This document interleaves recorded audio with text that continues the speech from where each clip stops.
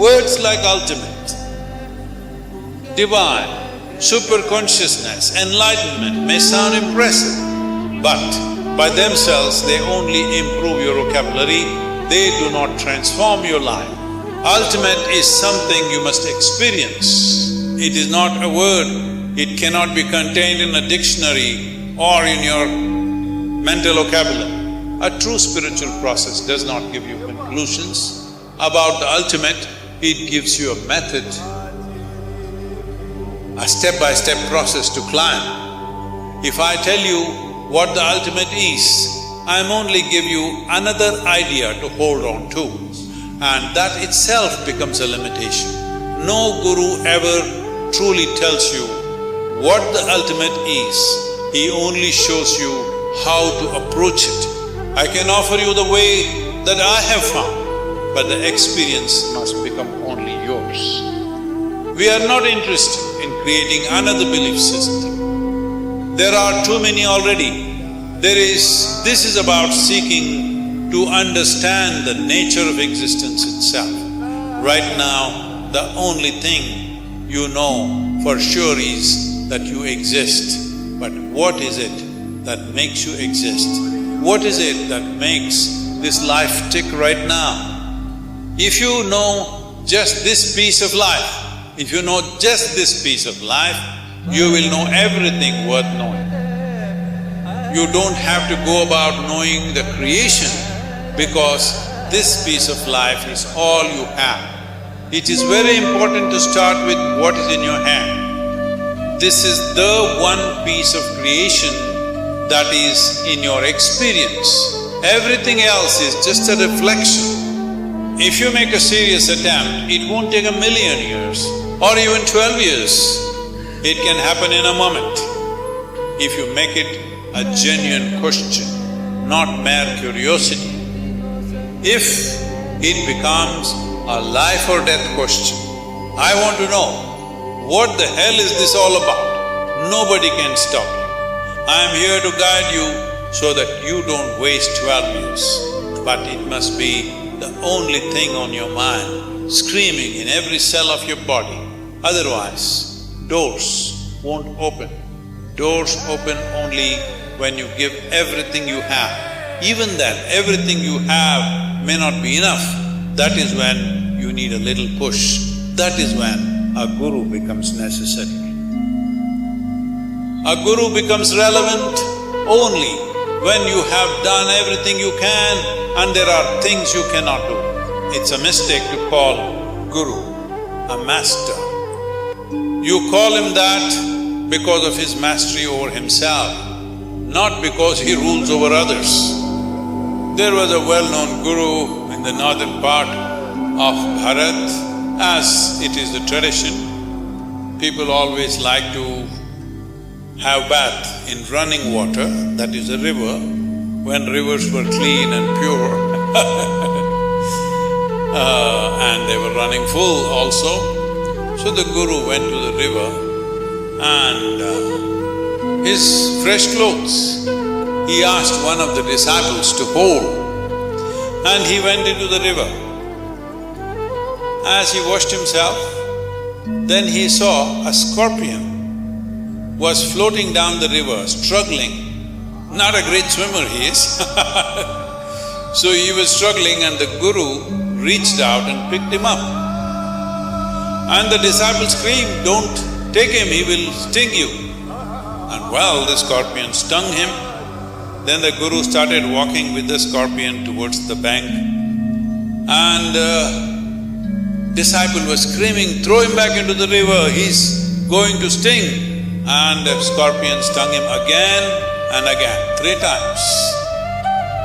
By now, the disciple was screaming, "It's poisonous, it can cause damage to you, it can even kill. What are you doing?" This guru came out of the water, gently let the scorpion go on the bank, looked up at the disciple and said, "What are you freaking around like this?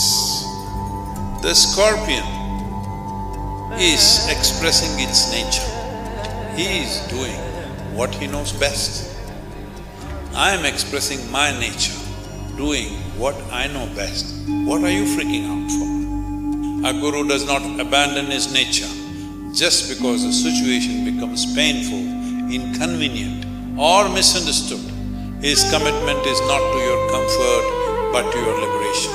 Beyond the partial life you know, beyond belief, beyond psychological drama and into the fullness of life itself, if you are willing to take one step beyond your limitations, the guru becomes the doorway through which that possibility opens. For a long time, the relationship between the guru and disciple has been considered the highest form of relationship because it is reasonably unconditional, at least from one side. Your side might be conditional, but at least it is reasonably unconditional on the guru's side. The guru's side is not based on personal preference, emotion or expectation. The guru is not relating to who you are right now. He is relating to the possibility of who you could be tomorrow or towards your highest possibility. Think about most relationships between parents and children, friends, spouse or anyone else. What we are really trying to do is fit together somehow, body with body, mind with mind, emotions with emotions. Each person is a unique combination of physical needs, mental patterns, emotional tendencies, memory, fear, desire and expectation, so it rarely fits perfectly or it never fits perfectly. It's just that if you come to terms with imperfections, you will be okay. Sometimes, for a moment, everything seems to fit beautifully, physicality, mentality, emotions, but the next moment it doesn't. It will never happen that every moment of a 24-hour day, two bodies, minds and emotions will perfectly align by nature. They cannot. They are individualistic, they have their own histories, preferences, compulsions and rhythms. This is why ordinary relationships often swing between closeness and conflict. Most lovers spend their lives quarreling, yet they cling to a few wonderful moments of togetherness. They become addicted to those flashes of harmony. But if you look honestly, how many moments of true ecstasy do you have in a day? Well, you must tell me. Well, a woman went shopping. At the checkout counter, after picking up what she wants, she was paying the bill. And the counter clerk noticed that she had TV remote in her handbag. So the counter clerk asked, "Do you always carry your TV remote with you in your handbag?" She said, "No, but I wanted my husband to come with me shopping, but he refused. So this is the meanest thing I can do legally, that I take up the TV remote."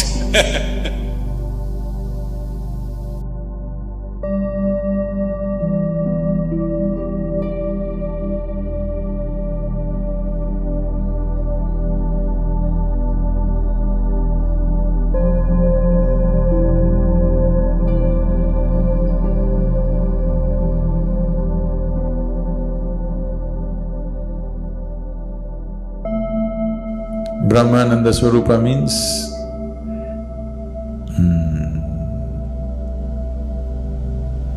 Swarupa means the image or a reflection of that, image of that rather. Brahmananda means ultimate joy or ultimate bliss. So this is the image of ultimate blissfulness. Isha means boundless. Isha means that which rules. Jagadisha means it's like enforcing that, saying that. Jaga means existence. Again, Isha means, Jaga, Desha means the one who rules the existence is ultimate blissfulness. That's what it is saying. The same thing is said in a different way. Akhilananda Swarupa means, Akhila means everything. All-inclusiveness is Akhila, that which is everything. He is the image of that, he is Mahesha. Mahesha again means an auspicious ruler, which is the same thing. Or it is also… Shiva is also referred to as Mahesha. So you must understand this. This is a tradition which is not a history, which is a her story. Okay? This is not a tradition of history. We are not looking at this thing, oh, you said Mahesha, or you're talking about Shiva. That's not how it is. Anything auspicious in the world, all those names we will give to Shiva. Shiva has 1,000,000 names. And we say ultimately he is nothing. Because he is nothing, we can call him anything we please. If he was something, we could have only called him one thing. Because he is nothing, we can call him whatever we want. Everything that we like, we call as Shiva. Shiva is called as what Bhairava means, he is very fierce one. Shiva is called as Sundaramurti, that means he is the most beautiful one. Shiva is called as Bhuteshwara, which means he is the master of the 5 elements, or another meaning is he is the hideous one. So like this it goes on. Shiva is called as the most intelligent, Shiva is called the most simple and innocent, he's called Bholenath. So whatever we like, every name you can attach to him because he's a nobody, he's nothing. Because he's nothing, we can call him whatever we want. So in this context, the mantra is just that. The meaning-wise, it is just saying it is ultimate ecstasy or ultimate blissfulness, which is the Lord of the existence. That which rules the existence is ultimate ecstasy. So, this particular thing, this particular chant that we did, we have consecrated it. You utter this and see what it does. Has anybody done it for a certain period of time by yourself? Anyone? Yeah, what does it do? Huh? It is supposed to take you towards ultimate blissfulness. You can just use this as your sadhana, 24 hours if you can chant, that's your sadhana. It'll take you there. Nothing else, simply chant. It will just take you there because the sound is consecrated, it is energized, it's alive. It's not just sound. If from nada to nada yoga, that's the difference. You can consecrate the sounds. As you consecrate objects, you consecrate spaces, you consecrate certain sounds. The moment you utter the sound, it creates some completely new reverberation altogether.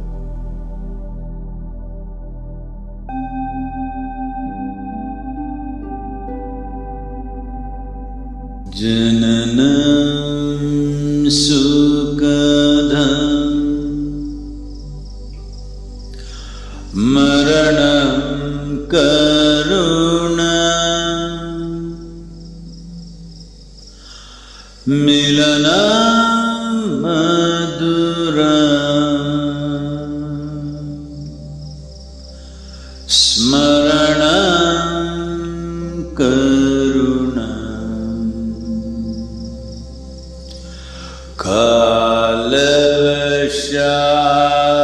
Kalavashadiha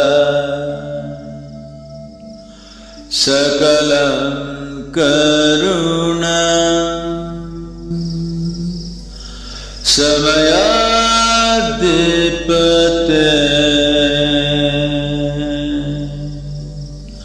akilam karuna.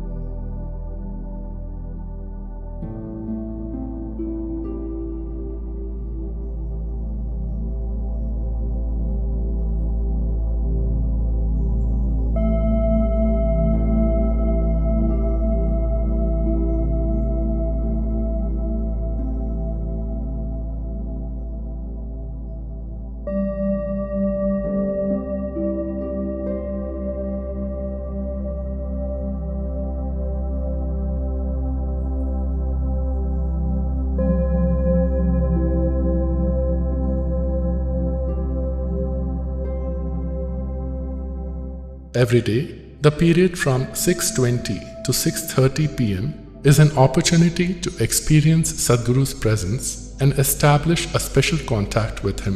You can experience Sadhguru's presence during this period at your local time, irrespective of your physical location. The presence time also involves the Brahmananda Swarupa chant, a consecrated sound.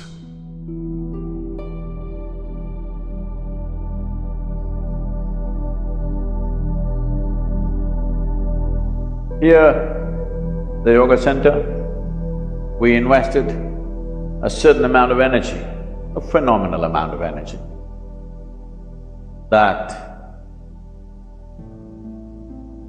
even if you're like a stone, we can shake your spine a little bit. We can have you reverberating, no matter who you are. If with little willingness if you come. If you come with unwillingness, we are willing to work with you. So we invested energies, and particularly for those of you who are little resembling rocks, I'm not saying rocks in a negative way, you know you're rock. That's not negative. You rock is just grammatically wrong, so I'm saying you are like a rock. Even if you are like a rock, well, we set up times of the day. Morning, evening, we set up times because many of you don't see a morning in your life. I'm not talking to those people who live here, we make sure they see the morning. Those of you who come from other places and those of you who are on the live stream, if you've not seen a sunrise, I don't want to disturb your lifestyle. So evening, 6:20, we have set a time. At that particular time, there is a certain concentration of energy. Particularly if you've been initiated, it'll be very strong. Even otherwise, if you use some kind of thought, emotion, image to get connected to this space, we can see that that particular time works for you as a strong presence. So, between 6:20 and 6:40, these 20 minutes, all this costs life. We've invested a certain amount of, certain dimension of energy. Whatever time zones you are, your local time 6:20, morning or evening, you could become available to this. We will spend a few minutes in this presence, keep your hands open, eyes closed, slightly upturned face. Brahmananda Swarupa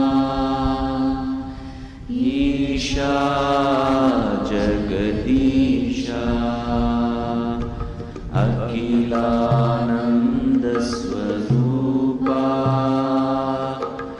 Isha Mahesha ब्रह्मानन्दस्वरूपा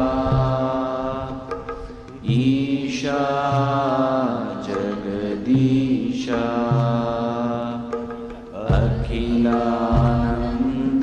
अखिलानन्दस्वरूपा Isha Mahesha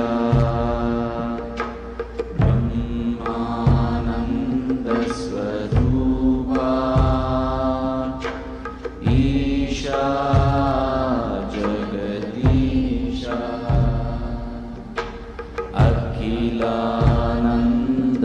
अखिलानन्दस्वरूपा Isha Mahesha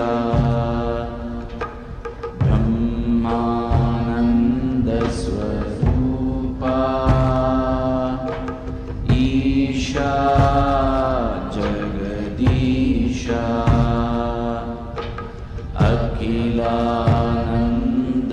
अखिलानन्दस्वरूपा Isha Mahesha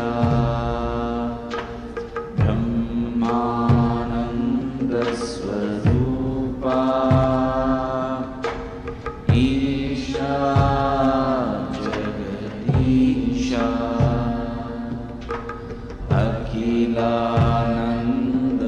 अखिलानन्दस्वरूपा Isha Mahesha ब्रह्मानन्दस्वरूपा Isha Jagadisha अखिलानन्दस्वरूपा Isha Mahesha ब्रह्मानन्दस्वरूपा Isha Jagadisha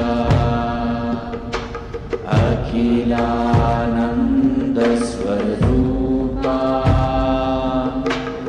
Isha Mahesha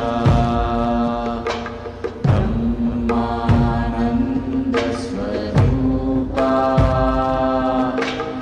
Isha Jagadisha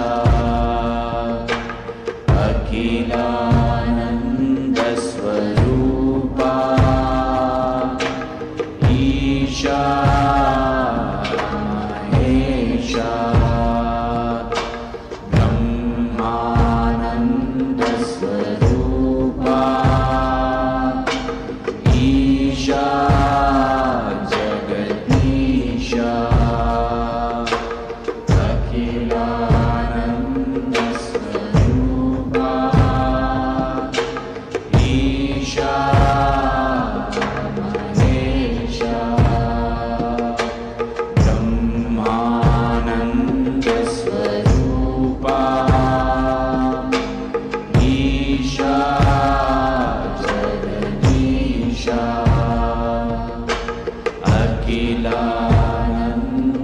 अखिलानन्दस्वरूपा Isha Mahesha ब्रह्मानन्दस्वरूपा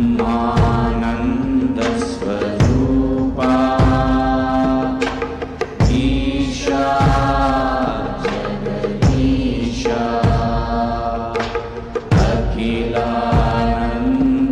अखिलानन्दस्वरूपा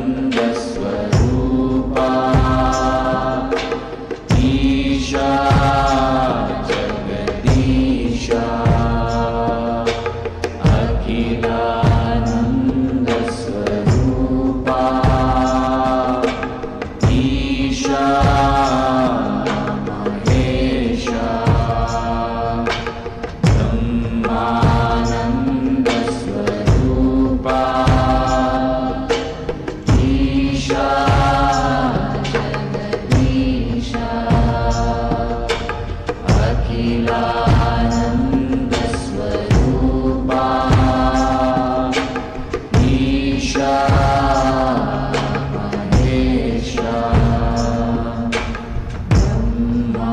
Brahmananda Swarupa Isha Jagadisha Akhilananda Swarupa Isha Mahesha Brahmananda Swarupa Isha Jagadisha Akhilananda Swarupa Isha Mahesha Brahmananda Swarupa Isha Jagadisha Akhilananda Swarupa Isha Mahesha Brahmananda Swarupa Isha Jagadisha Akhilananda Swarupa Isha Mahesha Brahmananda Swarupa Isha Jagadisha Akhilananda Swarupa Isha Mahesha Brahmananda Swarupa Isha Jagadisha Akhilananda Swarupa Isha Mahesha Brahmananda Swarupa Isha Jagadisha Akhilananda Swarupa Isha Mahesha Brahmananda Swarupa Isha Jagadisha Akhilananda Swarupa Isha Mahesha Brahmananda Swarupa Isha Jagadisha Akhilananda Swarupa Isha Mahesha Brahmananda Swarupa Isha Jagadisha Akhilananda Swarupa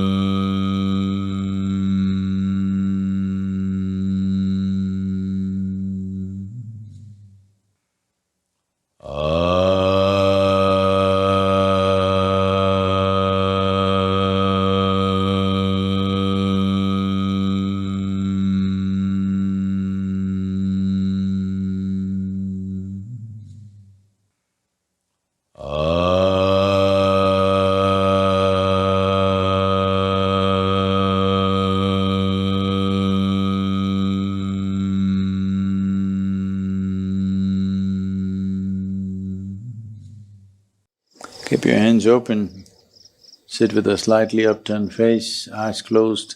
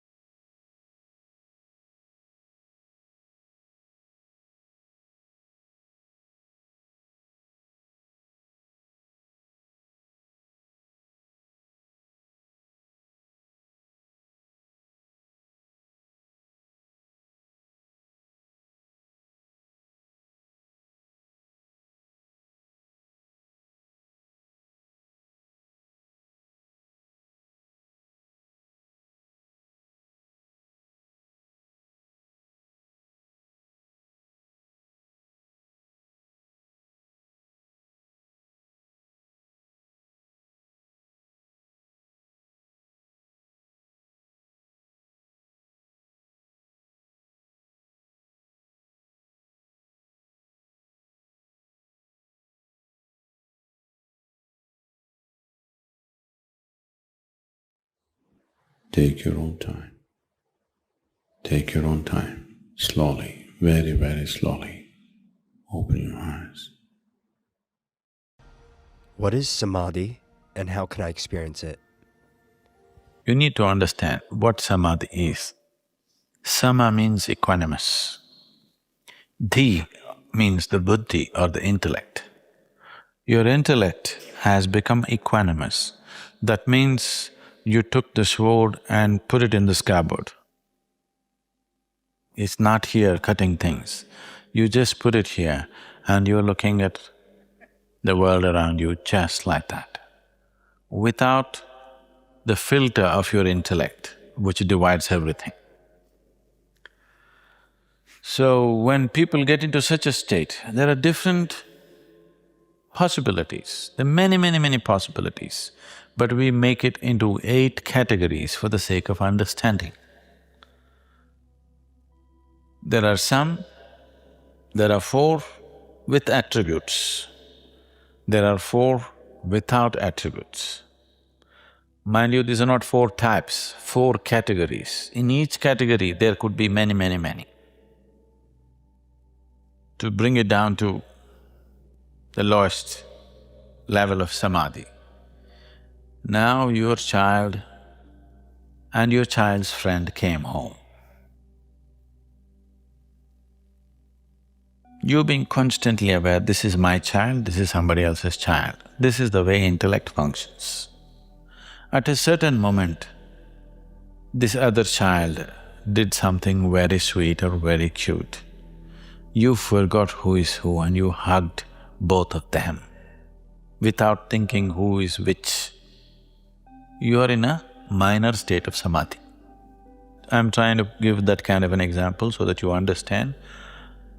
Even sitting here, you can be in samadhi. Right now you're sitting here, not as someone who follows Jewish religion or Christianity or Hindu way of life or anything. Simply you're sitting here listening to everything just for the merit of what it is.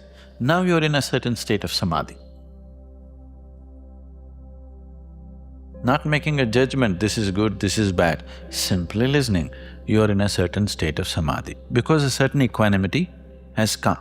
This equanimity can be taken to a point where you cannot make out the distinction between red and green.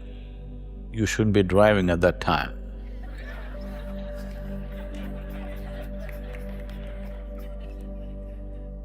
You cannot make out the distinction between a man and a woman. You cannot make out the distinction between anything and anything. Everything is same. Now this can be taken to another point where you cannot see anything. Everything is just explosion of one big possibility. Then, being who you are, you may immediately say Eureka and come up with E is equal to mc squared. No, then you lost it. Because being beyond the discriminatory nature of the intellect, that is, just being a pure intelligence, not an intellect. Unfortunately, most people understand the intellect as intelligence. No, intellect is just a smart ass. You understand? Just gets you around in the world, but intellect is incapable of perceiving anything because intellect is always sitting on judgment upon everything. It cannot perceive, it can understand. Understanding is a crime against creation.